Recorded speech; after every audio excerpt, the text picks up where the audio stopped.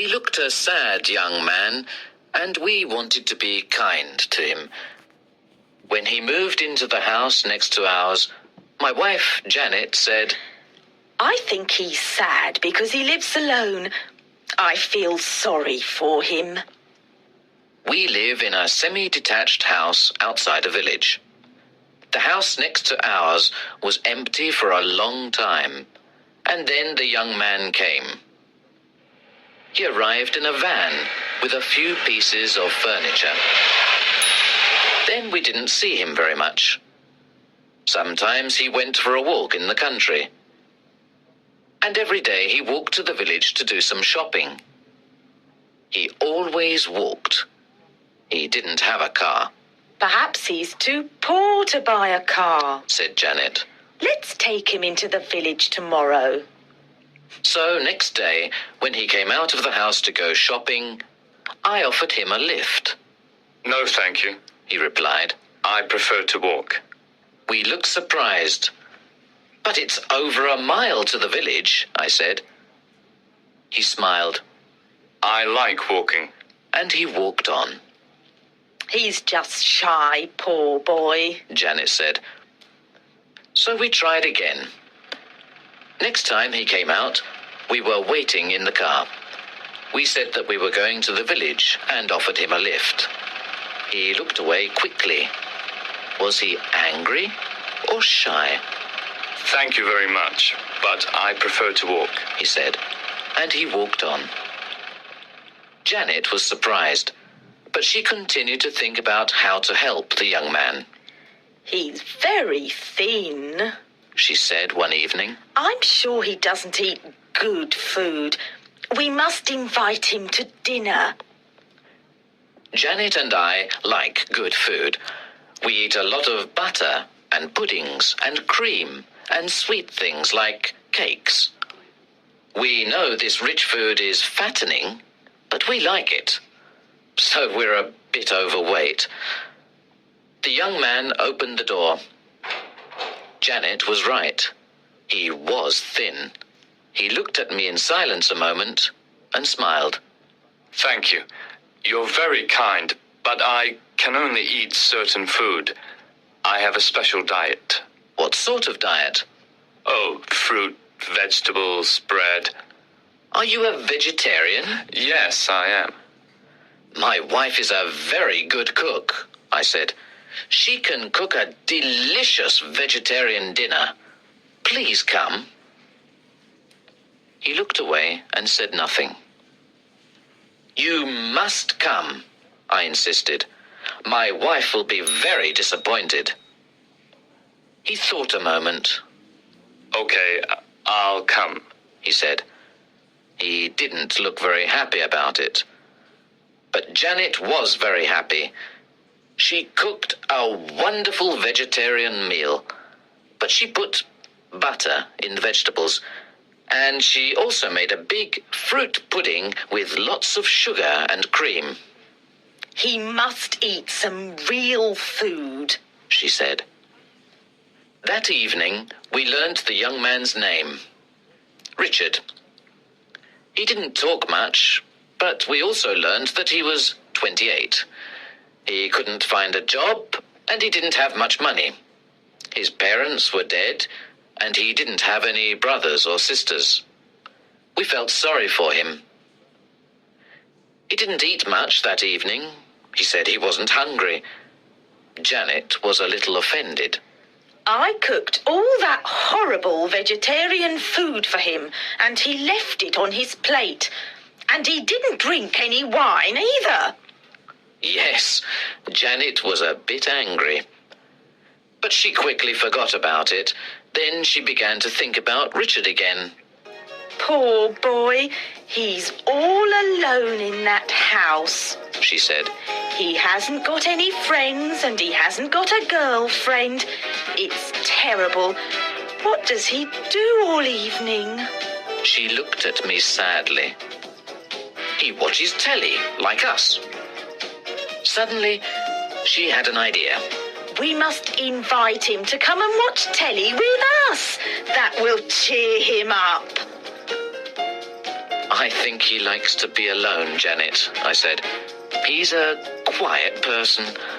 But he isn't happy. I can see it. How? He doesn't speak or laugh much, but I think he's happy. Well, I say he isn't happy, Reg. You must go and bring him here this evening. I want him to be happy. So I went out into the cold, wet night and knocked on Richard's door. Would you like to come round to us? I asked. He smiled. Why? We can watch telly and have a bit of food. He suddenly looked frightened. No, not telly. I never watch it. His face was very white. Now I was really surprised. Well, perhaps you want some company? I like my own company, he said, and he shut the door quickly. When I told Janet, she was furious. Who does he think he is? We only want to be kind to him. At 3 o'clock the next morning, she woke me up. Hey, Reg, wake up. I've got a great idea. She cried, a big, happy smile on her face. We'll have a big party with all our friends and relatives. We'll tell Richard that there will be a lot of noise and invite him to come. I didn't like the idea. I'm not going to invite him this time. Good night, dear. So Janet invited Richard to the party. He couldn't say no, poor boy. But Janet told him he had to come. And he came. But I could see he wasn't happy. There was loud music and dancing, lots of delicious, fattening food, cigarette smoke, and bottles of alcoholic drink. Our friends and relatives are all very kind, and they pushed plates of food and glasses of drink in front of Richard's nose. And he couldn't say no. When I saw him about midnight, he looked terrible. His face was white with panic. People were shouting, singing, and dancing all around him. He couldn't escape. Then, about 15 minutes later, he wasn't there. Where's Richard? I asked Janet. Oh, he had to go, she replied. He said he wasn't feeling well. What a pity. He was enjoying the party so much. A few nights later, there was a knock at the door. When I opened it, I couldn't believe my eyes. It was Richard. He was standing in the wind and rain. He was as white as a sheet. His eyes were dark and strange. Could you phone a doctor? He said in a quiet voice. I'm not feeling well. I told him to come in and sit down. While I phoned, Janet made a cup of tea. Then she sat on the sofa with Richard. She was happy again. What's the matter? She asked. I feel hot. I've got a headache, and my heart is beating fast. Oh, you poor thing, Janet said tenderly. Dr. Rockall arrived soon and examined Richard. He said, You've got a fever, and your heartbeat is not regular. You must rest. Stay in bed for a few days. Relax and eat plenty of good food. Here's some medicine for the fever. At the door, he said to me, It may be a virus, or perhaps an allergy. If he isn't better in a few days, call me. Of course, Janet was really happy. She wanted Richard to sleep in our house, but he said no. He wanted to go back to his house. So we took him next door and put him to bed. Now we could see inside the house for the first time, and we were amazed. He had tables, chairs, a sofa and armchair, carpets, bookcases, pictures, cupboards, etc. But there was no television set, no video recorder, no phone, no home computer, no hi-fi. There was nothing modern, not even electric lights. He had big candles in all the rooms. He took the medicine and quickly fell asleep. I'm going to stay here and look after him, said Janet. Oh, look at this place. The poor boy hasn't got enough money to buy a telly. Let's get our old TV set. He can watch it in bed. But Janet, he doesn't like TV. But she wasn't listening to me. I knew why she was doing these strange things. We haven't got any children, and she wanted to give Richard all the kindness of a mother. When he woke up and saw the TV at the end of the bed, he looked frightened. He tried to move and speak, but he was weak. The doctor said you must rest, smiled Janet. So be a good boy. Relax and watch TV. There's a quiz show and then cartoons, then a comedy show, a soap opera and an old film. A thriller, I think. She made his pillow comfortable and pulled the bedclothes tight. He couldn't move. He stared at the TV with great frightened eyes, like a rabbit in front of a snake. Are you hungry, Richard? said Janet. He tried to move his head, but it was difficult. Good. You look so white and thin.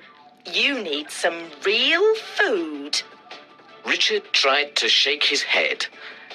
There was terror in his eyes. No, I won't listen to you, Richard. You're going to eat and eat and eat.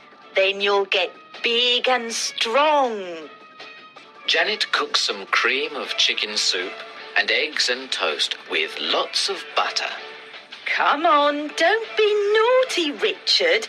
Open your mouth. That's right, eat up. And Janet began to push the food into his mouth. She stayed with Richard for 6 days and nights. She slept in the next room. She got a mobile phone for emergencies, but she called lots of friends and relatives and asked them to come and visit Richard. The phone was always ringing. People came and went, and it was very noisy. Then she got an old radio cassette player from our house, and Richard had to listen to music or radio programs. She even decided to hire a video recorder. Richard was Janet's prisoner. He did everything she wanted. For 6 days, he stayed in bed and watched TV and video films, or listened to loud music and the talk of visitors. His eyes were like glass. His face had no expression. He was like a zombie. Janet cooked him 3 big meals a day, and he began to get fat. But he didn't get better. After 10 days, he was very weak. He didn't move, and he didn't speak. He only stared in front of him. Why doesn't he get better? Janet asked Dr. Rockall. It's strange. He looks better. He isn't thin and white now. Has he eaten well? Oh, yes. Lots and lots of good food. The fever has gone down, but his heart is still bad. I can't understand it. Look at his eyes. They look strange. Perhaps he's asleep. Oh, what shall we do, Doctor? Janet cried. Well, we can't take him to hospital. There aren't any free beds. We have to wait a few days. Perhaps I'll contact one of my colleagues in Germany. Call me if there's any change. There was a change. 2 days later, a man arrived at our house. He was tall and strong, with a great black beard and a red face. My name is Dr. Hans von Ruprecht, He said in a loud voice. He had a German accent. I am a good friend and colleague of Dr. Rockoll. He phoned me yesterday about the mysterious malady of his patient, Richard Jeffries. I had a patient in Germany with a similar malady. Is Mr. Jeffries getting better? No, I said. He's becoming a vegetable. A vegetable? Yes. Vegetables aren't very lively, are they? I replied. Do you know what's the matter with Richard? Not precisely.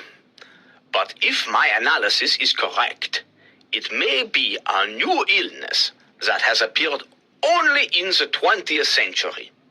We don't know much about it, but we have found that emissions from electronic objects like televisions, computers, videos, hi-fis, etc. probably cause it. It seems that the waves from these machines are not good for the brain and nerves. They change or disturb the electrical functions, but we don't know precisely how or why. There is fever and rapid heartbeats. The patient gradually passes into a coma. Like a vegetable. Yes. One strange symptom is that the patient wants to eat and drink a lot. Usually fattening food, all the things that we eat today. So the patient becomes fat. We don't know why people need to eat a lot. Perhaps there are psychological causes. Nobody has done any experiments, and nobody has written a scientific study. But we know the final result of the malady. The patient will die. At that moment, there was a long, terrible scream from next door. Dr. von Ruprecht and I ran out of the house. Janet was coming out of Richard's house. She was crying. When I asked her what was wrong, she couldn't answer. I put my arms around her, and the doctor went into Richard's house. A few minutes later, he came out. He's dead, He announced quietly. I found this under the pillow. It was an envelope. I opened it. There was a letter in it. I read it out to the others.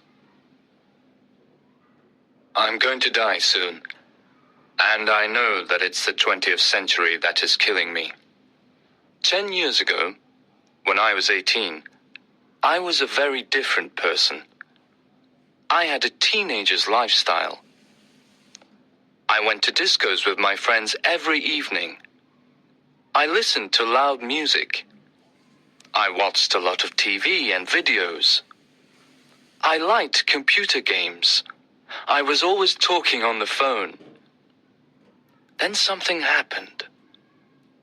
I began to feel ill. I had bad headaches. My heartbeat was rapid. Sometimes I felt dizzy. I often had a temperature.